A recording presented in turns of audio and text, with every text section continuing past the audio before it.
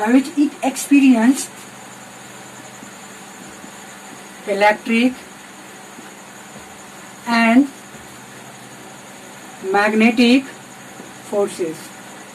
Means of the definition of charge is it is inherently properties of matter by which it experience electric and magnetic forces. किसी भी matter का inherently और intrinsic properties होता है charge. तो charge को हम और भी क्या कर सकते हैं, कह सकते हैं इंट्रिंसिक प्रॉपर्टी. तो you know very well that property. ठीक है, intrinsic property. Intrinsic means the last limits, means उसके बाद हम उसको और डिटेल्स न कर सके, that last limit is called intrinsic. So pure state we can say. So that the intrinsic properties of matter is also called charge, or you can say the inherently properties of matter by which it experiences electric and magnetic forces. That is called the charge. So that the unit of, what is the unit of charge? Unit of charge is simple. Coulomb. Augustine the Coulomb के respect में इसकी unit Coulomb रखी गई है and represented by capital C. And quantity. Which type of quantity? इसको हम discuss करेंगे further, but it is a scalar quantity completely. It is a scalar quantity and it is represented by capital Q और small q, anyone. Okay, you can represent capital or small q. So this is a charge. This is the definition of charge. It is a intrinsic properties of matter. But how can create a charge on a body? The question is, for this purpose आपने एक experiment किया होगा अपने previous classes में, या फिर अभी class 10th में भी आपने कभी एक्सपेरिमेंट किया होगा. दैट आपने एक मार्कर को, एक पेन को अपने ड्राई हेयर में रब किया होगा एंड रब करने के बाद आप स्मॉल पीस ऑफ पेपर के पास लेकर गए होंगे and the pen after rubbing the pen will attract them. Piece of paper को पेन क्या करता है, अट्रैक्ट करने लगता है. How is it possible that pen will attract them? ये कैसे संभव कि पेन उसको अट्रैक्ट करने लगे?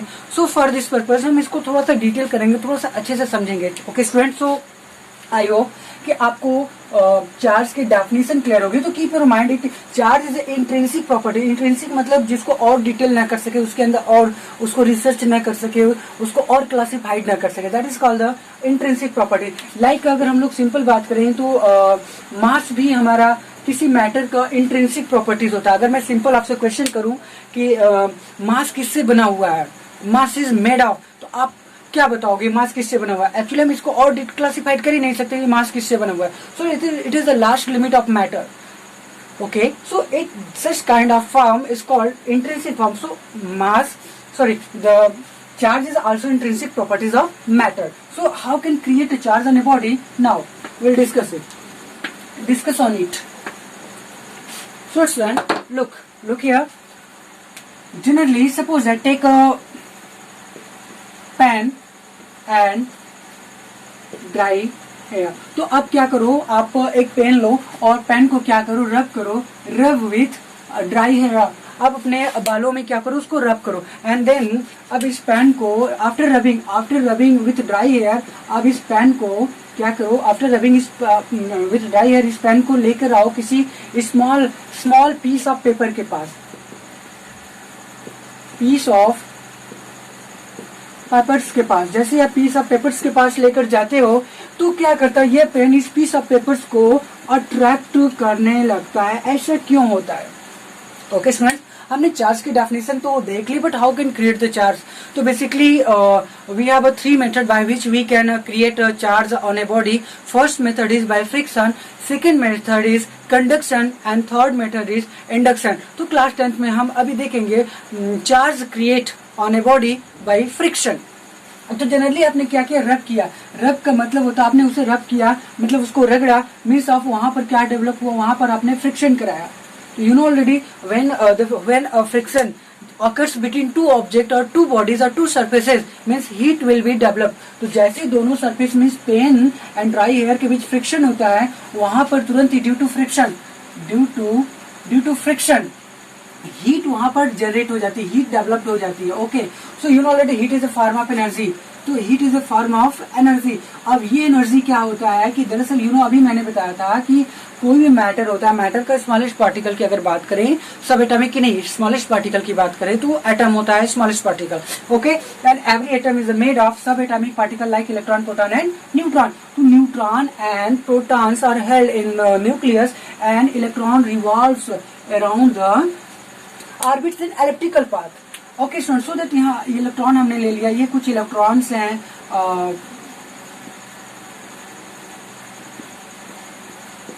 कुछ इलेक्ट्रॉन्स हैं बेसिकली। अब जैसे ये जो heat due to the friction between pen and dry hair, जो फ्रिक्शन के कारण जो हीट डेवलप हुई मीन्स एनर्जी डेवलप हुई है, इस एनर्जी को क्या करता है कि आउटर ऑर्बिट्स उस एटम का मीन्स ऑफ लाइक पेन और पेन की बात करें तो पेन के जो आउटर पेन जो एटम पेन का जो एटम होगा उसके आउटर ऑर्बिट्स का जो इलेक्ट्रॉन होगा उस एनर्जी को गेट करके due to the thermal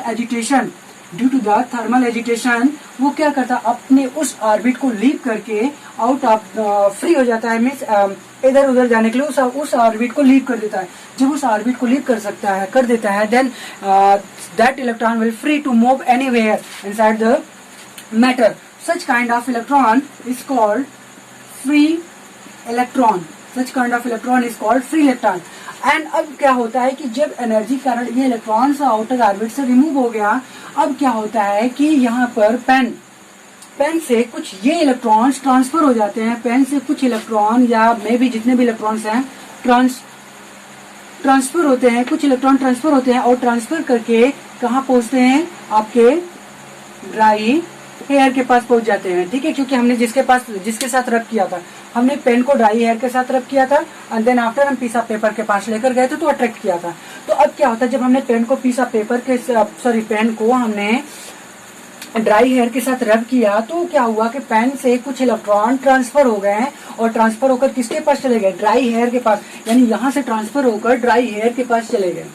okay, तो अब क्या हुआ, पेन ने कुछ इलेक्ट्रॉन को ट्रांसफर किया, मतलब अगर पेन के पास जितना भी इलेक्ट्रॉन थे अब उनमें से number of electron will decrease. That's why यहाँ पर क्या हो जाएगा, ये इलेक्ट्रॉन को क्या कर दिया, इसने लॉस कर दिया, इलेक्ट्रॉन को लॉस कर दिया।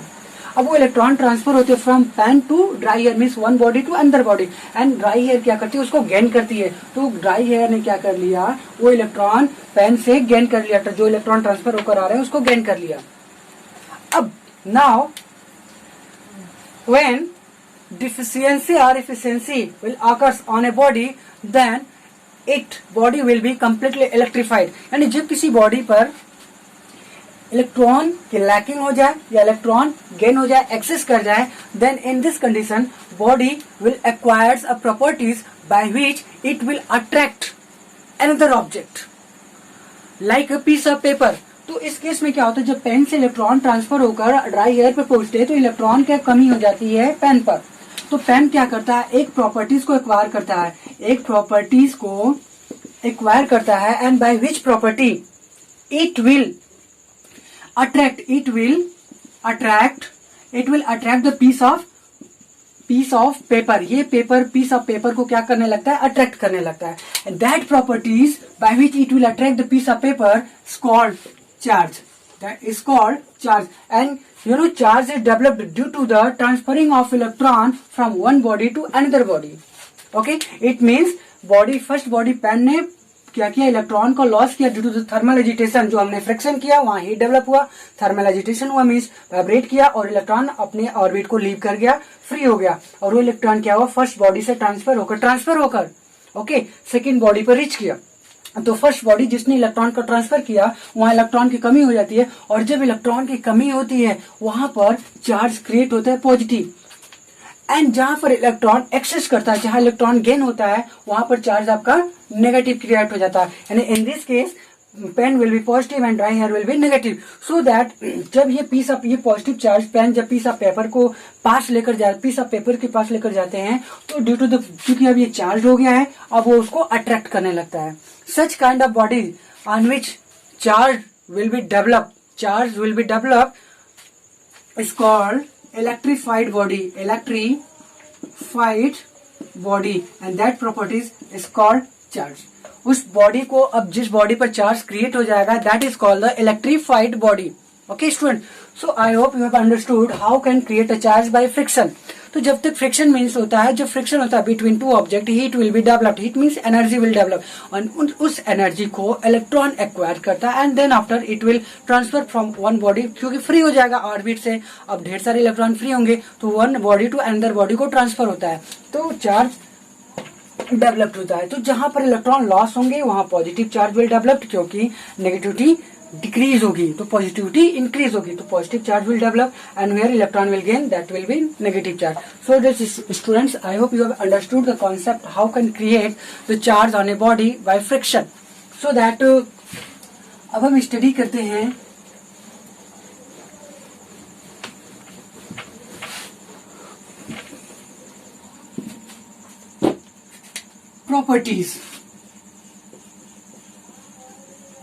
properties of charge. Properties of charge. The first property of charge is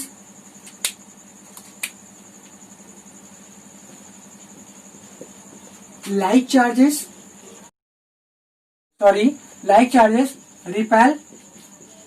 repel to each other, and unlike charges attract to each other. Means of like charges always repels to each other. Like charges means positive or negative. These are that is like charges, and like charges always repels to each other. And unlike, what is the means of unlike? Positive negative or negative positive, and that will be attract to each other. The first properties of the charge: like charges repels and unlike charges attract. Second properties, basically properties, we can say properties. There are two kind of charge only. There are two kind of charge are present. First is positive charge, and second is negative charge. Means a positive charge and negative charge. There are two kind of charge. Point number third. Okay, I told already that positive charge will develop when electron will loss from first body, and negative charge will develop when electron gain from by second body. जब second body electron को gain करती है तो उस पर negative charge हो जाएगा, और जब first body electron का loss करती है तो उस पर positive आ जाएगा. Third properties is charges are quantized. What is the means of these? Charges are quantized. Actually, you know already that the total amount of charge on a body is integral multiple of electrons. Charge on electrons. Actually, when a body is charged, it will acquire the total charge. It will acquire the total amount of charge according to the number of electrons and product of charge on one electrons. Means अब कोई body अगर charge को acquire करती है, उस body पर जो charge आता है सिंपली वो इलेक्ट्रॉन्स, चार्ज ऑन इलेक्ट्रॉन्स का इंटीग्रल मल्टीपल होगा. Suppose that the total charge acquired by a body is Q, then Q is equal to NE, where N is the number of electron, where we can say simple, we can say N equal to number of electron and E equal to charge on one electron. Basically charge on one electron, and basically the charge on one electron is 1.6 into 10 to power minus 19 coulomb. Okay, minus. So that the charge on proton and charge on electron are equal. So that at normal condition, at a normal state, an atom is electrically neutral because the number of electron will be equal to the number of proton. Hence, the total charge on that body will be 0.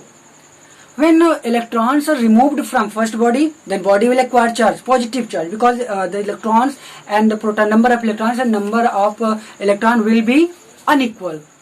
It will possible only when electron will removed from a body, and or electron will gain by a second body. अगर कोई body electron को gain करे या electron को loss करे, उसी case में number of electron and number of proton unequal होंगे। एंड जब number of proton and number of electron unequal होते हैं, body acquire charge. So that quantization states simple, the total amount of charge which occurs on a body will be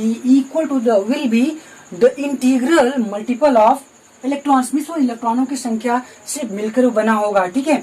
तो अगर कोई body पर जितना charge है, जितने ज्यादा नंबर ऑफ इलेक्ट्रॉन निकलेंगे, उसका इंटीग्रल मल्टीपल हो जाएगा, उसी के अकॉर्डिंग बॉडी चार्ज रिक्वायर करेगी। Next point,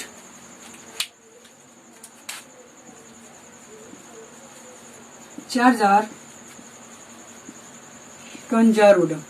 Simple. What is the means of charge are conserved? It states that charges neither be created nor destroyed. न तो चार्ज को हम क्रिएट कर सकते हैं, न तो डिस्ट्रॉय कर सकते हैं, but it can be transform from one body to another body like friction. Okay, जब हमने फ्रिक्शन किया था तो आपने देखा था कि पहले एक बॉडी से इलेक्ट्रॉन दूसरी बॉडी पर चले गए, तो पहली बॉडी जितने इलेक्ट्रॉन को रिमूव करेगी, सेकेंड बॉडी उतने इलेक्ट्रॉन को एक्वायर करती है, गेन करती है। सो दैट अगर हम देखें before acquiring charge, the total net charge of the system before transferring and after transferring will be equal. Hence the total charge of the net charge of the system remain constant. I mean to say that अगर कोई body A है and this is body B, ठीक है, body A and body B, suppose that body A electron को remove करता है, okay, n electron को remove करता है, एंड n इलेक्ट्रॉन को बॉडी B क्या कर लेती है, गेन कर लेती है, ठीक है। तो ये क्या करता है, लॉस करता है इलेक्ट्रॉन्स का, n इलेक्ट्रॉन्स का, और ये n इलेक्ट्रॉन का गेन करता है। इन दिस केस अगर टोटल, तो इट विल बी, चूंकि ये लॉस कर रहा है तो इस पर पॉजिटिव चार्ज क्रिएट हो जाएगा और इस पर नेगेटिव चार्ज क्रिएट हो, कितना अमाउंट आएगा, तो Q इक्वल टू NE के क्वांटाइजेशन के अकॉर्डिंग ये इस पर चार्ज विल डेवलप। तो सिंपल, अगर दोनों को मिला दे, अगर देखे तो net charge become zero, means अब देयर इज नो चेंज, क्योंकि पहले भी बॉडी न्यूट्रल था। ओके, नंबर ऑफ इलेक्ट्रॉन, जब हमने कोई ट्रांसफरिंग ऑफ इलेक्ट्रॉन नहीं किया, in this case number of electron in body A is equal to number of electron in proton in body A. Same that number of proton in body B will be equal to the number of electron in body A. Okay,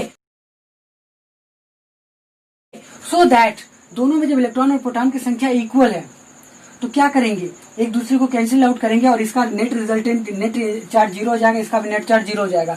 तो अब क्या करेंगे, यानी पहले हमने transfer करने से पहले नेट चार्ज जीरो था, एंड अब हमने ट्रांसफर किया तो हमने इससे फर्स्ट बॉडी से कुछ इलेक्ट्रॉन को ट्रांसफर कर दिया सेकेंड बॉडी पर। तो first body acquire positive, and जितने इलेक्ट्रॉन ट्रांसफर होंगे वो सेकेंड बॉडी पर रीच कर रहे हैं, तो सेकेंड बॉडी पर उसके अकॉर्डिंग ही नेगेटिव चार्ज डेवलप होगा। अगर दोनों को कर दे, अगर दोनों को अगर सम के अलजेब्रिक सम निकालें तो क्या होगा, नेट चार्ज हमारा जीरो आएगा। It indicate that there is no change in the net charge of the system, so that is called the conservation of charge, means charge always conserved, it neither be created nor be destroyed, so that next properties I hope students have understood। तो हम ऊपर चलते हैं थोड़ा सा और अगली properties को देखते हैं। How can find the force between two charges. तो properties number 5, if two charges are kept, this is Q1 and this is Q2. If two charges are kept at a particular distance r distance from each other, then the force will be established between them. तो इन दोनों के बीच एक force लगेगा, and the nature of force may be attractive or repulsive. It will depends upon the nature of charges. If both charges are positive, then force will be repulsive, and any one force you can find by Coulomb's law. So what is the statement of Coulomb's law? It means F equal to K Q1 Q2 upon R square, or where K is the proportionality constant, or we can classify this F equal to, put the value of K, means where K is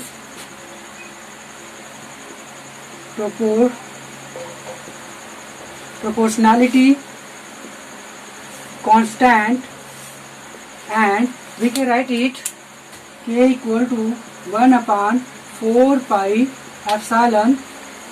Okay, epsilon, if both charges are placed in vacuum, then epsilon naught. Okay, if two charged particles are placed in vacuum, means of this is first charged particle, this is second charged particle. First charged particle is A, second charged particle is B. The charge on first charge on body A is Q1 and charge on body B is Q2. Both are kept at r distance from each other. Then they will, if they are placed at r meter distance, r distance from each other, then they will experience a force. Of a force may be attraction or repulsion. It will depends upon the nature of the charged particle, charged body. Means of they will experience a force means F. The magnitude of force is given by F equal to K Q1 Q2 upon R square, where K is a proportionality constant and its value is 1 upon 4 pi epsilon naught. It is possible only when the charged particle are placed in vacuum. अगर दोनों charge particle अगर vacuum में रखे हुए हैं तो उस case में उन पर लगने वाला जो फोर्स होगा F इक्वल टू के Q1 Q2 upon R square. अगर F इक्वल टू इतना हम प्लेस कर दें then we got the value of force F equal to 1 upon 4 pi epsilon naught into Q1 Q2 upon R square, where epsilon naught is where F is a force, epsilon naught is a permittivity of absolute permittivity, Q1 Q2 first and second charge, and R is the distance between them. So by this formula, by Coulomb's law of electrostatic force, we can find the attractive or repulsive force